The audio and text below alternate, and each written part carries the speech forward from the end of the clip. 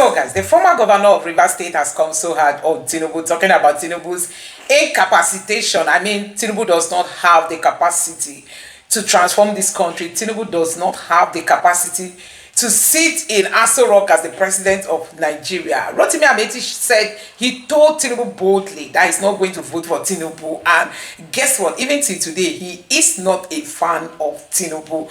You need to take your time and watch these videos to hear for yourself what ex-governor Rotimi Amachi told Tinubu boldly and where he stands today, you know, ahead of this 2027 presidential election. Take your time, watch this video. Even El-Rufai did not spare Tinubu in this occasion. He gave him boost. Honestly, I'm just trying to understand if Tinubu even knows what is ahead of him. He's not going to survive it this time because, see, the North is actually trying to make sure that Tinubu does not even come halfway trying to get any vote from them. Anyway, let me just allow you to take a look at this video and let me know your thoughts in the comment section below. Now take a look.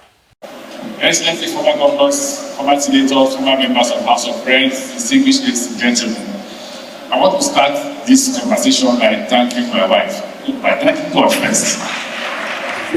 By thanking God first, thanking my wife and my 3 kids. And then thanking Dr. and Mrs. Smith with me. And then thanking my mother and my father. My father is late, my mother is alive. My mother should be 87 and somewhere in the house.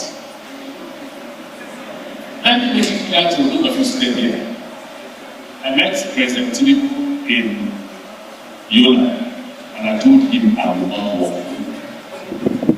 Not vote for you. I did not vote for Tinubu. I will not have to do it. That is, I told him in advance. Why I'm saying this is because people in Rivers have been writing he didn't work for PDP. He didn't work for APC. He didn't support Tinubu. I told him in advance before the election. So it wasn't a matter of whether I did or not. I made him know that because I was convinced that there was an issue of capacity. You have raised issues here. Most of those who raise the issues of capacity, some of us who are here raising issues of capacity, are also those who vote on ethnic and religious basis, or who spoil innocent, uneducated people who are poor to voting for people for the reasons of religion and ethnicity. That's why we are here. And let me tell you, it's a conspiracy of the elites. Forget, you know, when we sit here, we look at what is the best way to go to grab power. We don't care for you. No Nigerian leader cares for you. And the reason why no Nigerian leader cares for you is because you will do nothing.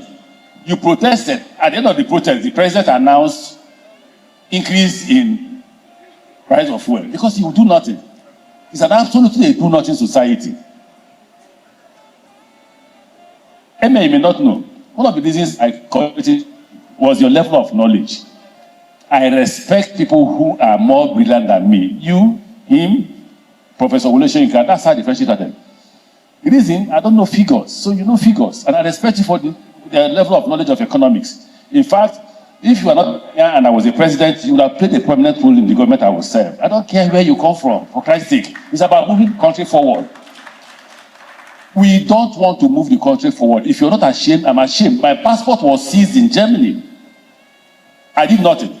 My offense is that I'm carrying a green passport. They kept me for nearly 30 minutes, and I was going for a medical checkup in Vienna. Show us your hotel.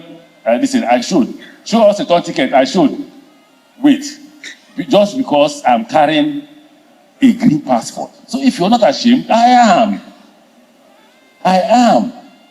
That's why I picked up this topic. And let me tell you why I picked up this topic. Nigerian leaders and elites are not the problems of Nigeria. The problems of Nigeria are the followership. The leaders, look, when people say Nigeria is a capital, there are no capitalists in Nigeria. Capitalists are those with capital to invest for production. Do we produce here? Everybody relies on oil. Everybody wants to, that's why once you become president, you will see what will happen. As soon as you become president, you will not know Christians from Muslims. You will not. They are all coming towards you to just have a hand in the stealing. That's what happens. So I look at Nigeria and I ask myself, what are we actually doing here? Do we really want to be a country? If we want to be a country, I'll give you an example of my stay in government. I was shocked at a lady that I gave an appointment. And I thought the lady was a destabilized Nigeria. Her only call to power was going to see the president and speaking Hausa, Fulani language. And I was ashamed. Very ashamed. Because I was looking for those who can change the country. And I told her, I am putting you in this place because I want you to change that place. It doesn't matter whether all the people that served under me were from the north or south or east. What was important is how do you change this country? Growing up, you as young men, I will tell you what you didn't enjoy. Growing up, we had NANS meeting in Kanu. We started the meeting 12 midnight, finished at 6 a.m. It's okay, start, SSS does not arrest us. Each person go find your way back to BUK. We had it in a private house. I missed my way in Kano, but I don't know where is BUK. I only saw somebody, a man from Kano. Where is BUK? The person took me to Kano, BUK. If it's not, they will kidnap me.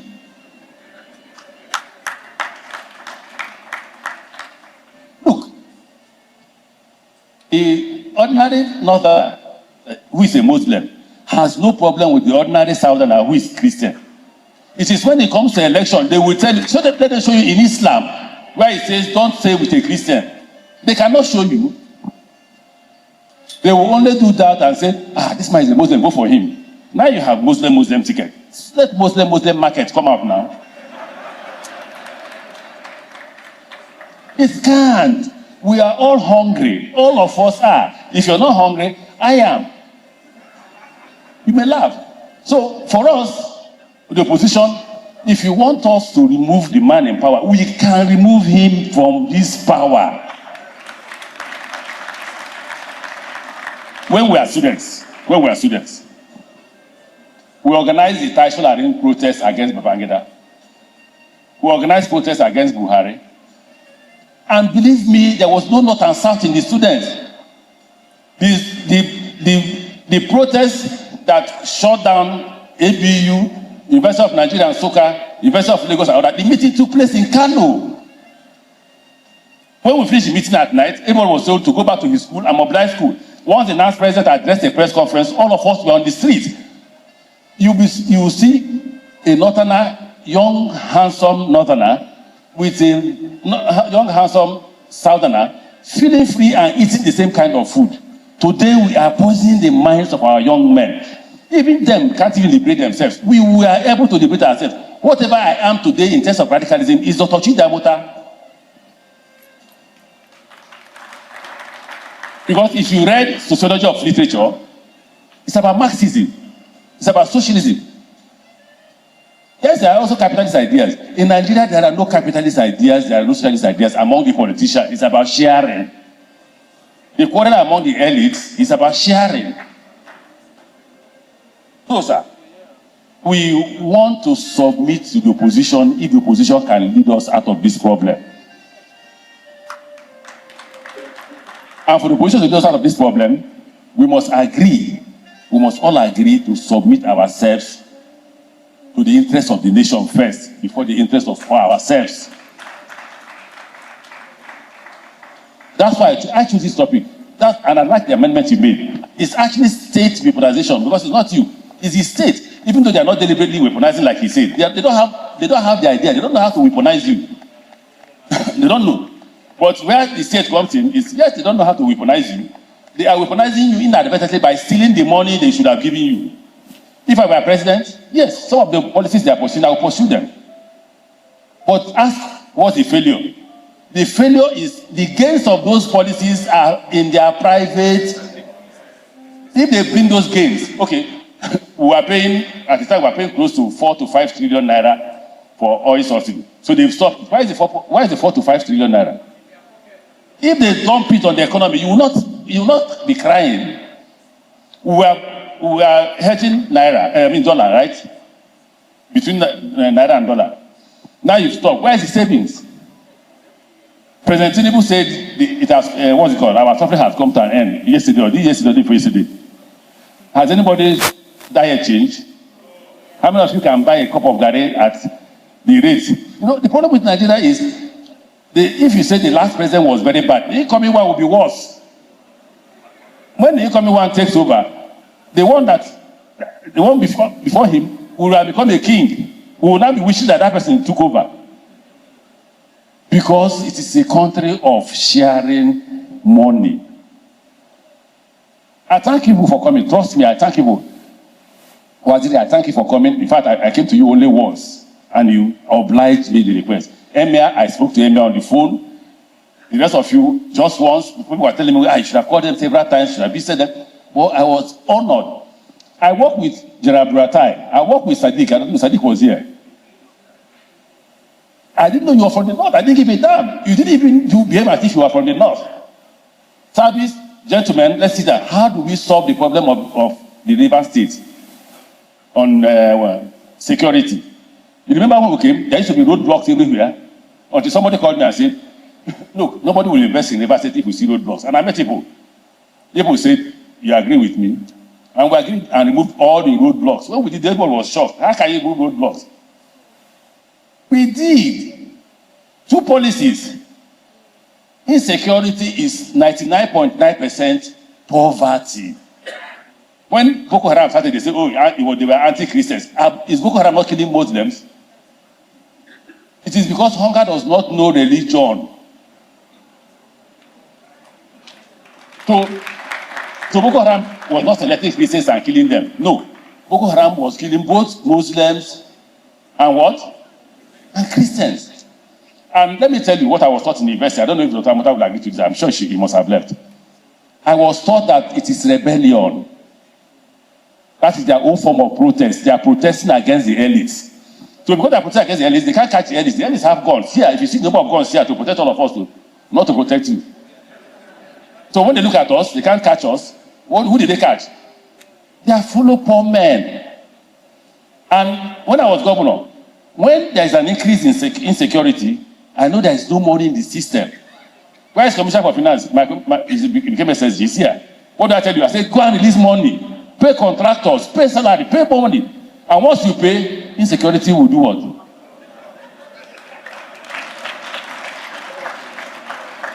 So it's about poverty. It's about poverty. But currently, everybody wants to amass wealth. The current government and their agencies and who work with it, they are not even afraid. If you see the kind of houses they are building, if they are not afraid, I am ashamed for them because they have no name. But they say in the university they will say who name pay. So I thank you. I will hope that all of us can come in the evening where we have the dinner. I thank those of you who have organized this reception. I thank those of you who have come. I thank Governor Suswan and my colleagues. Governor of Niger says he was more radical than me, and he was older. And as an older radical, you are not a good radical because you're too old. So when he said I'm radical, he was more radical. I was impressed in the Governor's Forum. I thank you people for giving me support. Him, Governor Sule Lamido, and all others. They pushed me on with their radical ideas. Maybe behind me, maybe you were talking about religion and this, but at the Governor's Forum, we didn't do religion. We didn't do ethnicity. What we took was Nigeria. When we dissect Nigeria, some will support, some will oppose. Anybody, when we vote, once the majority takes the position, everybody will join the majority. So I thank my colleagues who have come here, and I thank the Emir of Duse and Emir of Kanu. I thank you very much. I thank my former chairman of party when I was in PDP, Prince Secondus, and IGP. I thank my brother governors of Bayelsa. Liel and I were very, very close when we were governors forum. Me, Liel, and Oduan. It was a good friendship that we ate together, laid on the same listen together, and all that. So, good, Liel, thank you. I thank all those who have come from River State for this show, for this thing. And then today's dinner will be the last ceremony we will have. Once more, Your Excellency, the former Vice President, I am grateful.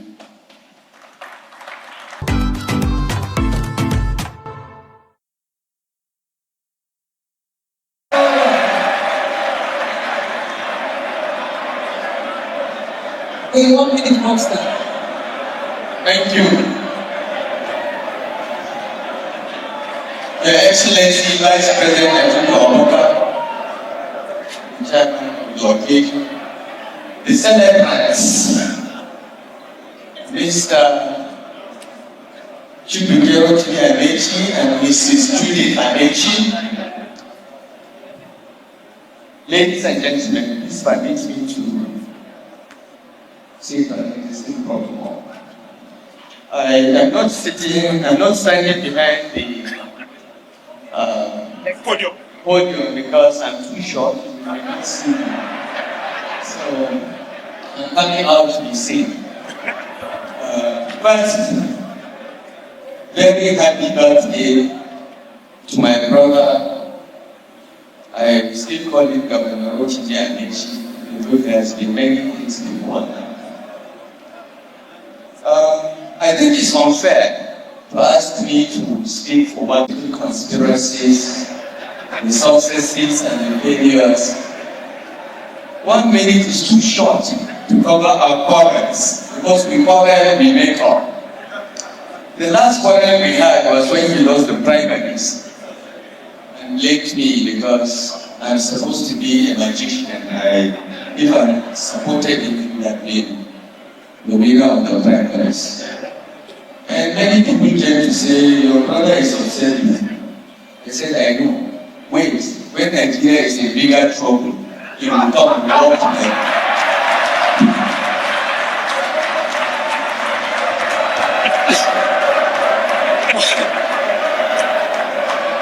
And now we're in bigger trouble. And yet, So here we are back together because Nigeria is in its biggest trouble since 1914. We're together working, conspiring to build a coalition to take Nigeria back on track, because it is off track.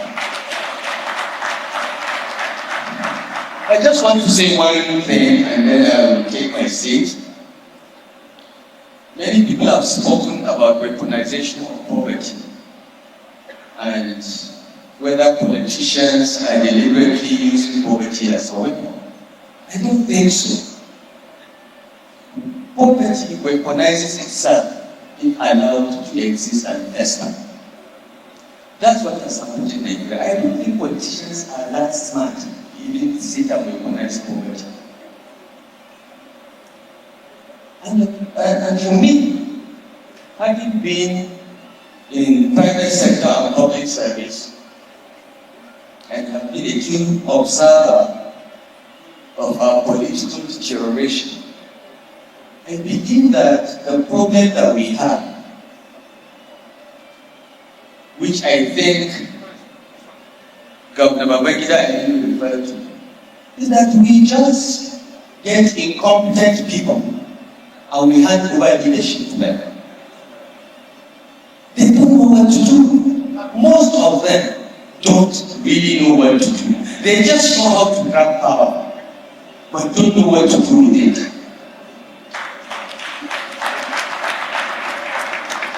And please, I would like to appeal to everyone to reflect and look around. Wherever you see islands of progress in Nigeria, it is because a competent person has been given the opportunity to serve. I visited Rivers several times when Governor Amachi was the governor. I could see examples of policies that were addressing the concerns of the people of Rivers State. From schools to primary health centers, hospitals, and so on. It was very clear. He had an opportunity, he knew what to do, and he did it. And wherever you see progress, it is because of that. What we have done in this country is to allow bandits, not the ones in the bushes, the urban bandits, to take over the governments of our country. And I think the key challenge for Nigerians in 2027 It's rude to look at those that are offering themselves to lead and pick those that have the competence, capability, capacity, and commitment to make Nigeria move forward. Fire to flame. Please welcome Professor Wale Shoika as he comes forward. Sir, someone online sent me a question to ask how many of these outfits you have in your wardrobe, because they would like to get a few pieces from you as what some people call mantle. Thank you, sir. Welcome. You're welcome. The celebrant, Your Royal Highnesses, all here present. I had to be here today. I had to accept this position, which is not really too much to my temperament. I don't like being chairman of anything. I don't like positions like that. However, this was a duty, a pleasure for me, and a sort of return match for the celebrant. I must begin with an apology that because I have to be also a temporary chairman, an interim chairman, a sort of fidihe chairman, because I have a plane to catch, so my apologies in advance for having to disappear. When I do, I hope the Cardinal Onoayekon, please, I hope you'll do me the honor of taking over the chairmanship when I finish my fidihe. Thank you. One of the reasons, the main reason why I had to be here is, first of all, that I admire Rotimi Amachi's fighting spirit. And it's a very consistent one. But the most memorable for me, because I watched this event live on TV, all the way from Abu Dhabi. I wanted to see the drama of all the primaries going on during the election. I wasn't really here, but I said I want to watch this contest, and I'm glad I did, because it gave me a great, most malicious pleasure, rascally, if you like, pleasure, to see the incumbent president being given a dose of his own medicine. Let me explain this. As somebody we knew as the last man standing when he fought to a standstill, a former president who was maneuvering himself into a position of changing the constitution and becoming, obtaining a third term. He keeps denying it, but he and I know for a fact, and so do others. And towards that goal, he was sort of emasculating the powers of the constituent elements of the federation. And by the end, this president was the last man standing, resisted that effort. All the others had sort of cowed down because their statutory allocation had been stopped, contrary to the Constitution. But one man, he was the last man standing. Well, he obtained a dose of his own medicine from Rotimi Amachi during the primaries. I enjoyed that very much. While everybody was, falling over one another, conceding, there's one individual who got on the podium and he said, "No, I'm not conceding. I didn't come all the way here to commit Lule." And that man was Rotimi Amachi. And I said, this is what democracy is all about. In addition, I think we in the literary world owe him a debt. He demonstrated his commitment to the literary occupation on the occasion of my 80th birthday. He created a mini festival around that event.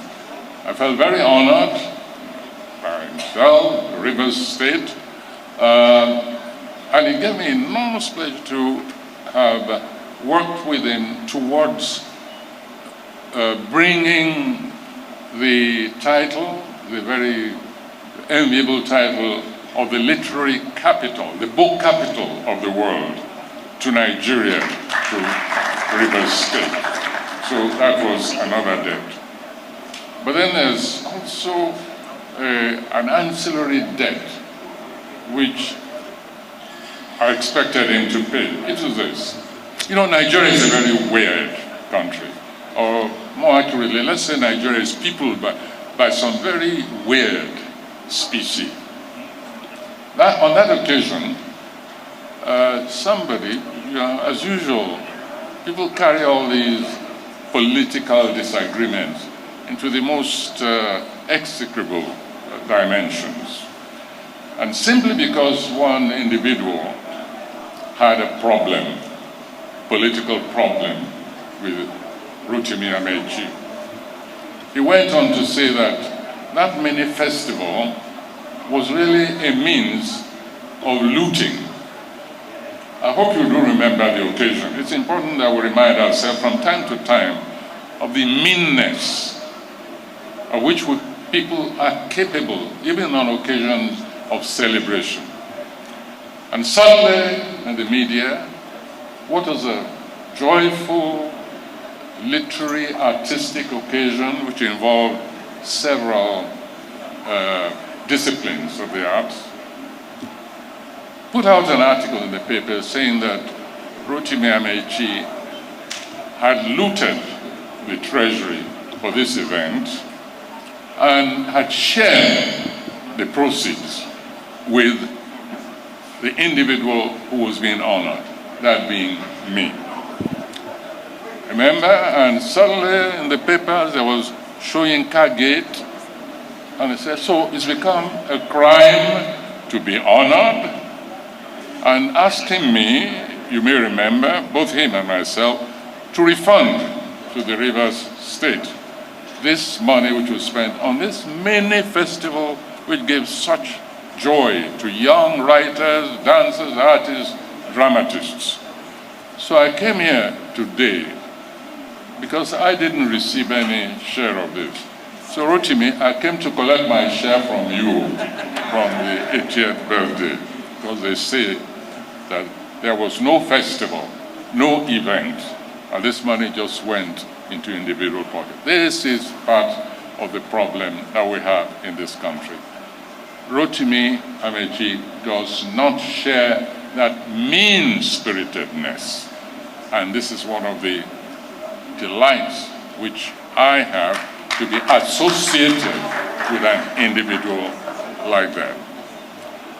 There are many other instances which I can cite, but these are just sufficient to make everybody understand that I'm not here by compulsion or by delight, with a sense of paying tribute to a remarkable, resilient man, individual, a very capable individual with an enormous fighting spirit for his convictions. So once again, I apologize that I must take up in the middle of all of this. Enjoy yourselves and make sure that you take away with you at least a little shard of that character, that unique character, energetic, sometimes very difficult. Half the time I find it difficult to understand what he's saying. That's by the way. Just take away, however, a shard of this little phenomenon encapsulated in the personality.